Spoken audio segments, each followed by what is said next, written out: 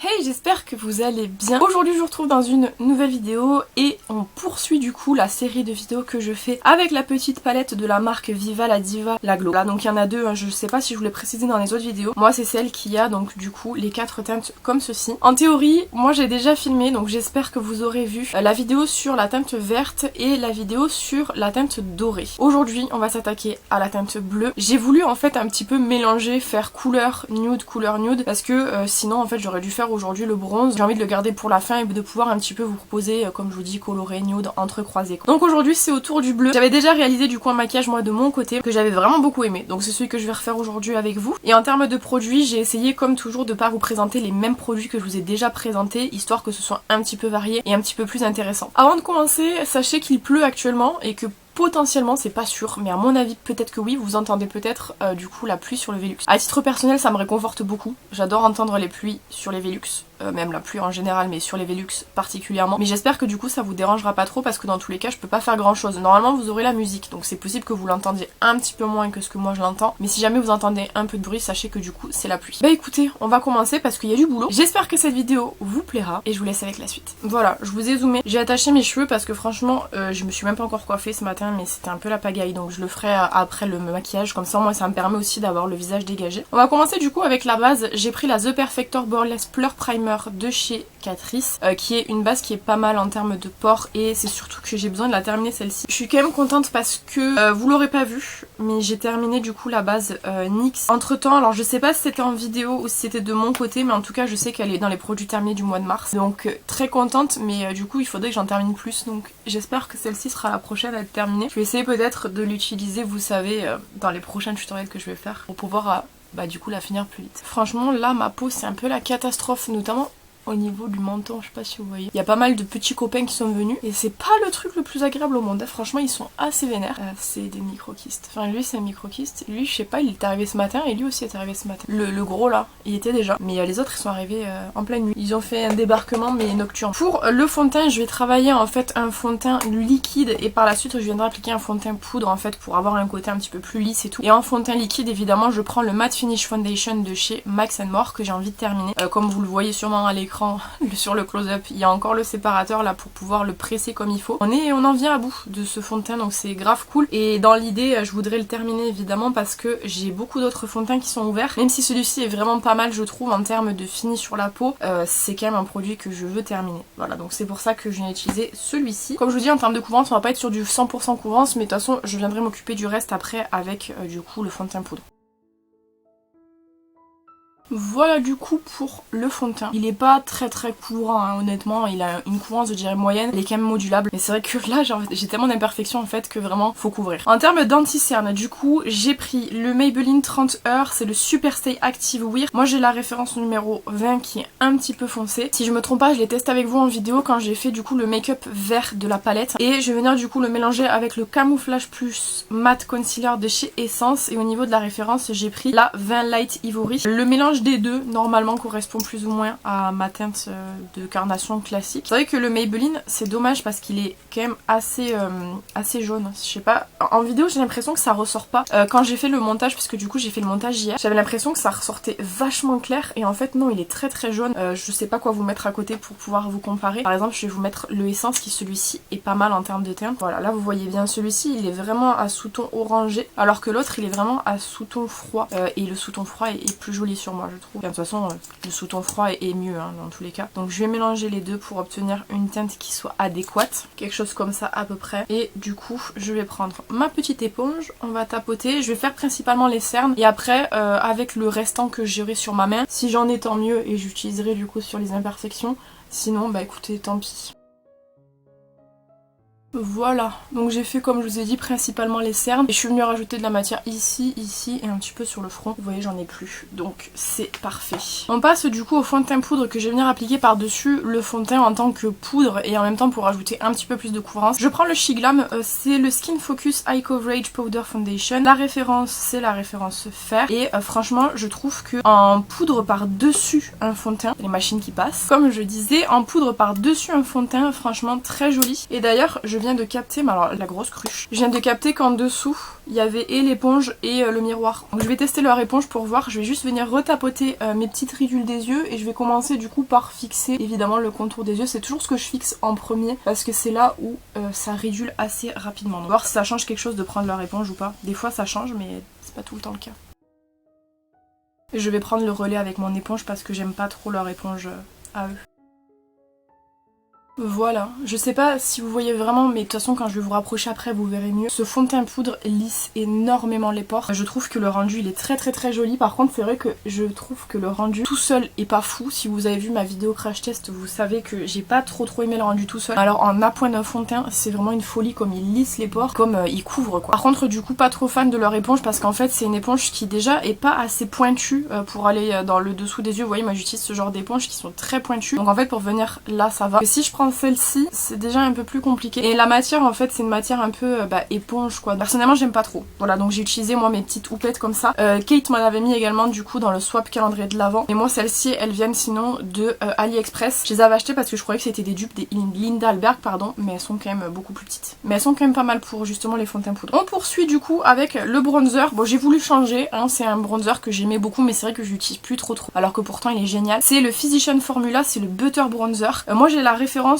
je crois que j'ai la référence la plus claire il me semble pardon, parce qu'ils en ont sorti plusieurs et c'est vrai qu'à chaque fois que je fais mes barres d'infos de vidéos je galère à retrouver la référence exacte parce que je crois que je ne l'ai pas marqué dessus. Dans tous les cas c'est le plus clair il me semble, le light bronzer peut-être, je ne sais pas. Et en fait ce que j'apprécie beaucoup avec ces bronzers c'est en fait leur texture qui est vraiment du coup comme leur nom l'indique, pas vraiment du beurre mais un petit peu cette texture là vous savez qui est mi poudre, mi un peu crème, enfin bref j'adore. Donc je prends mon pinceau, je tapote un peu et je vais venir l'appliquer du coup l'endroit où j'applique le contour habituellement parce que l'avantage c'est que effectivement comme il est pas trop foncé, qu'il est plutôt clair, il fait je trouve plutôt contour et je préfère. En ce moment je sais pas pourquoi mais mon oreille, surtout celle-ci, elle supporte aucun bijou. Genre je sais pas si vous voyez comme je suis rouge.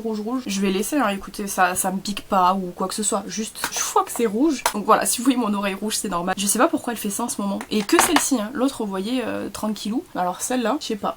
Elle fait la grève. Ensuite, en termes de blush, alors vous savez, depuis que j'ai rangé mon rangement maquillage, j'adore mes blushs. Genre j'ai envie de tous vous les montrer en vidéo, en les utilisant tous évidemment. Mais c'est vrai qu'il y en a un que j'avais acheté que je vous ai pas encore montré, donc je me suis dit on va l'utiliser aujourd'hui, pas tester moi de mon côté. C'est le blush satin de chez Deli Plus et au niveau de la référence, c'est la référence numéro 3. Par rapport aux blushs lumineux que je vous ai déjà présenté sur la chaîne, les blushs satins sont une chouille différente. C'est vraiment des blushs qui sont, bon déjà il est très pigmenté, mais qui sont plus comme à reflet. Je sais pas comment expliquer, mais franchement magnifique la couleur. Je l'ai pas encore testé mais à mon avis ça va être très pigmenté, va falloir que je le travaille avec parcimonie. Mais c'est vraiment des blushs hyper intéressants, alors malheureusement disponibles qu'en Espagne comme d'habitude. Mais si jamais vous êtes pas loin de la frontière ou si par exemple vous partez en vacances en Espagne, prenez-les si vous trouvez un Mercadona parce qu'ils sont vraiment super bien je trouve. Donc je vais prélever un tout petit peu parce que alors, vraiment c'est très pigmenté. Je vais tapoter et je vais y aller tout doucement mais il a l'air trop beau.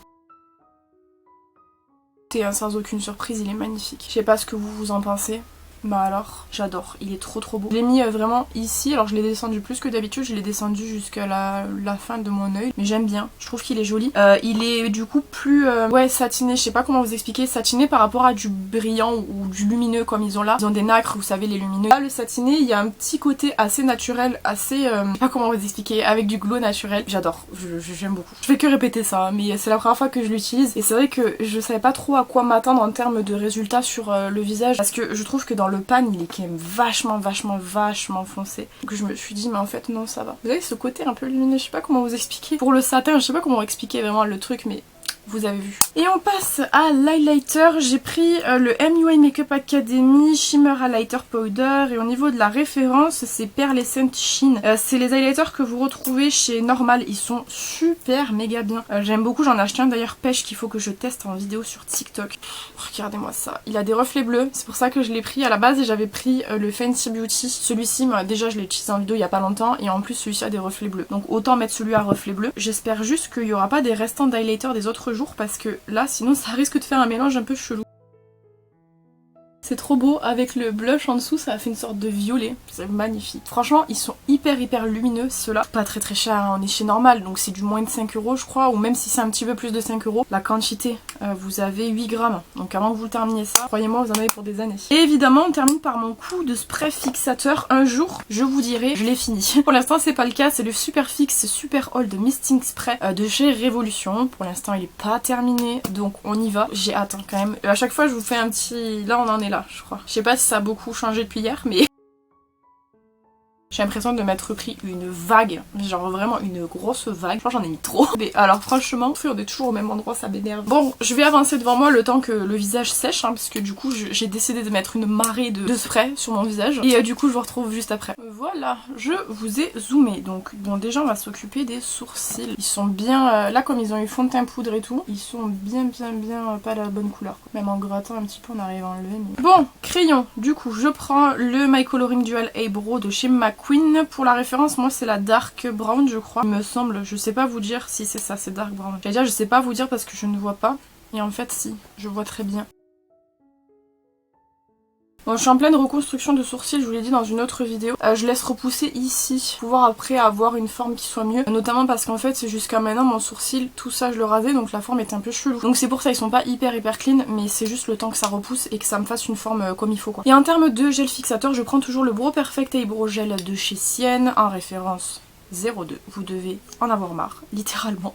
C'est le même truc depuis 2 ans. Enfin, que dis-je, 2 ans plus, puisque ça fait plus longtemps que j'ai connu, vu que j'ai connu quand j'allais au Portugal. Ça fait longtemps quand même. Par contre, le petit souci que vous pouvez avoir avec le fond de teint poudre, c'est qu'ils partent dans les ridules si vous n'avez pas assez pressé. Après, c'est pas très grave parce que comme on va faire un travail en ras de cils inférieur, dans tous les cas, ça sera camouflé par du coup la matière qu'on va mettre par-dessus, donc le fard à paupières. Mais c'est vrai que ça plisse un petit peu au niveau des contours des yeux. Allez, donc comme je vous ai dit, je vais vous montrer un petit peu plus proche la teinte qu'on va venir utiliser principalement. Donc c'est celui-ci. C'est vraiment le bleu roi. Il est magnifique. Et donc forcément il me fallait une palette qui soit dans les bleus. Et c'est vrai que des palettes entièrement bleues, j'en ai pas beaucoup. Une qui me tenterait de fou, mais que je n'ai pas, c'est celle de chez Beauty Bay qui est justement dans les teintes bleu violet. Elle est trop belle. If I Speak, elle est magnifique. Mais en tout cas, moi j'ai pris celle-ci, donc c'est la Color Cube de chez Beauty Glazed. Comme je vous ai dit, j'ai déjà réalisé moi les maquillages avec toutes les palettes quand j'étais pas chez moi, donc j'étais chez mes grands-parents. Justement, j'avais pris cette palette-ci parce qu'en fait c'est une palette arc-en-ciel. Elle a énormément de choix de teintes et notamment elle a toute une rangée de bleu qui m'avait servi du coup pour le maquillage. Franchement, elle est trop bien cette palette.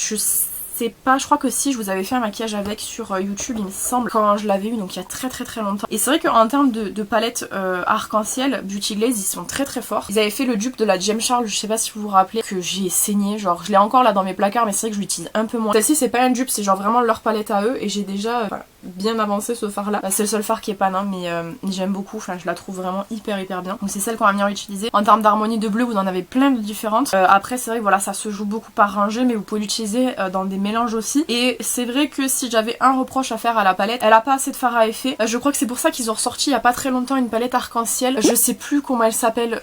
C'est peut-être la Galaxy il me semble. Il y a beaucoup de teintes et je crois qu'il y a plus de teintes à effet dans cette palette là que dans la Color Cube. Cesse de bavardage. Je vais faire du coup comme d'habitude mon creux de paupière. On va faire la même structure que d'habitude. Et là où je vais encore une fois venir jouer c'est sur les liners. Par contre comme il pleut faut que je fasse gaffe. J'ai pris le Inglot hein, au cas où. Parce que le Inglot en fait il rend waterproof les trucs que vous utilisez. Donc, par exemple si vous le mettez dans votre eyeliner, le eyeliner sera censé être waterproof. C'est la première fois que je vais utiliser cette technique là pour du waterproof sur des liners liquides comme ça. Donc à voir. Bref, donc je prends alors je vais juste vous donner la rangée de bleu. On va travailler avec le bleu donc je vais faire 1, 2, 3, 4 en fonction de la position du bleu. De toute façon je vous entoure à l'écran, ça change rien. Je vais prendre du coup la deuxième teinte de la rangée de bleu qui est un bleu moyen. Justement je vais commencer assez doucement avec le bleu moyen. Je vais venir appliquer en fin de forme et en creux de paupières comme d'habitude. Même structure que d'habitude.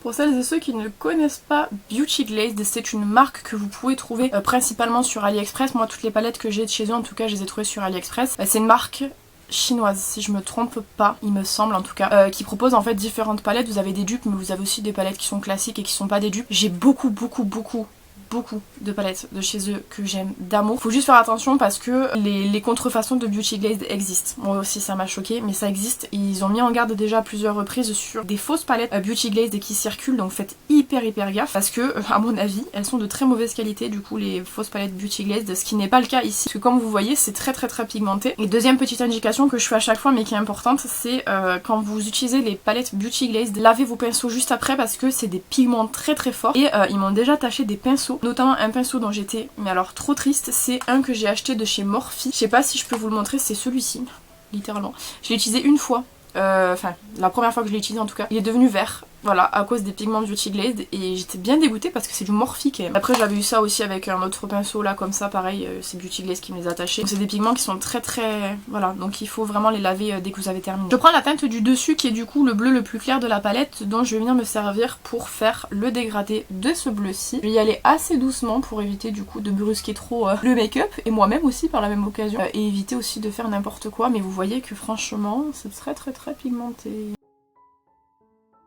Voilà, comme ça c'est pas mal. Bon c'est pas assez dégradé, hein. Je vais venir utiliser après une autre teinte. J'essuie juste mes pinceaux mais les gars regardez. Tac, je le lave aussi après parce que sinon ça va être terrible. Terminé ce dégradé là, je vais prendre un pinceau quand même assez gros à poil noir si possible, donc celui-ci. Et je vais prendre du coup la première teinte de la première rangée, hein, le blanc, pour venir en fait peaufiner le dégradé en mettant du blanc en fin de forme. C'est pas un truc sur lequel je vais énormément insister mais l'idée c'est quand même de pouvoir fondre avec une couleur encore plus claire la fin de forme. Je vais prendre un pinceau plus fin, celui-ci, et je vais venir prendre du coup la quatrième teinte de la rangée de bleu qui est le bleu, l'avant-dernier bleu le plus foncé, un bleu marine, et je vais le mettre du coup en pli paupière pour intensifier un petit peu. Et je reprends du coup ma teinte, deuxième teinte de la rangée de bleu pour venir dégrader ce bleu-ci.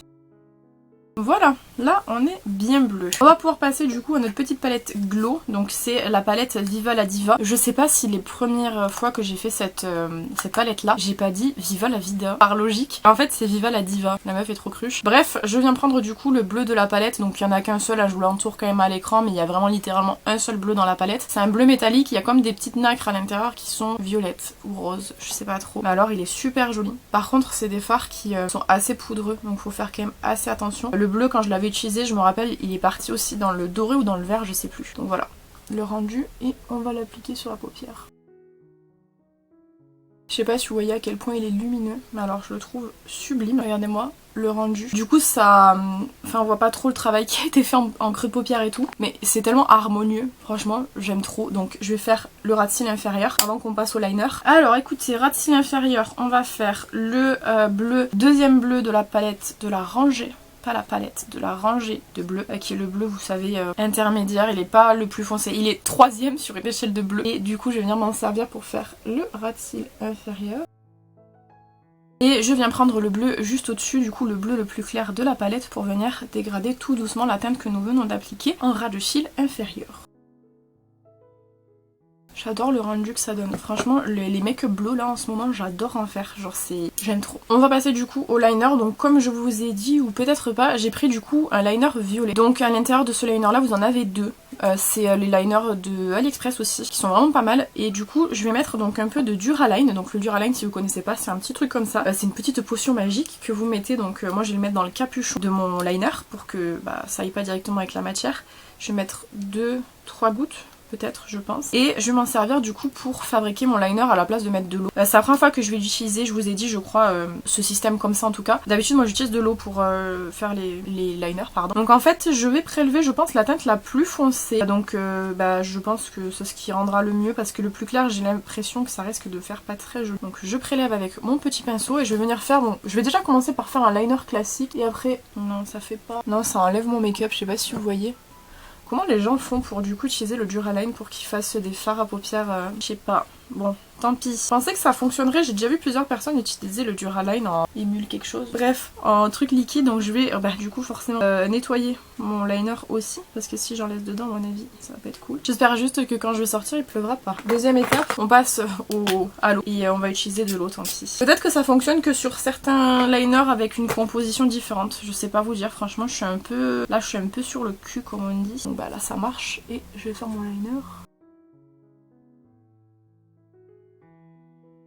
Comme ça c'est pas mal. Je voulais faire un double liner à la base, mais en fait en liner classique je trouve que c'est joli. Voilà, c'est mignon. J'aime bien. Peut-être faire une bascule en coin interne aussi, parce que je trouve que le coin interne est un peu tristouné. Voilà, je sais pas ce que vous en pensez, mais je trouve que le mélange de violet et bleu c'est sympa. Parce que j'avais fait aussi la première fois un mélange de bleu et violet, j'avais trouvé que le rendu était vraiment joli. Pour le crayon à l'intérieur de la muqueuse, je vais mettre le Max More et c'est la référence Blue Eye qui est du coup un bleu que vous trouvez dans les kits chez Action. J'aime bien le bleu comme ça, j'aurais pu mettre du violet aussi, mais c'est vrai que le bleu j'aime beaucoup. En termes de mascara en ce moment, j'utilise le I Love Extreme Crazy Volume Waterproof Mascara de chez Essence. Donc c'est celui que je vais venir appliquer. Je vais donc appliquer une première couche, une deuxième et après peut-être je mettrai un coup de séparateur, je sais pas encore comment ça va rendre sur les cils. Selon le jour, des fois ça rend hyper bien sans avoir besoin de séparateur et des fois un peu moins.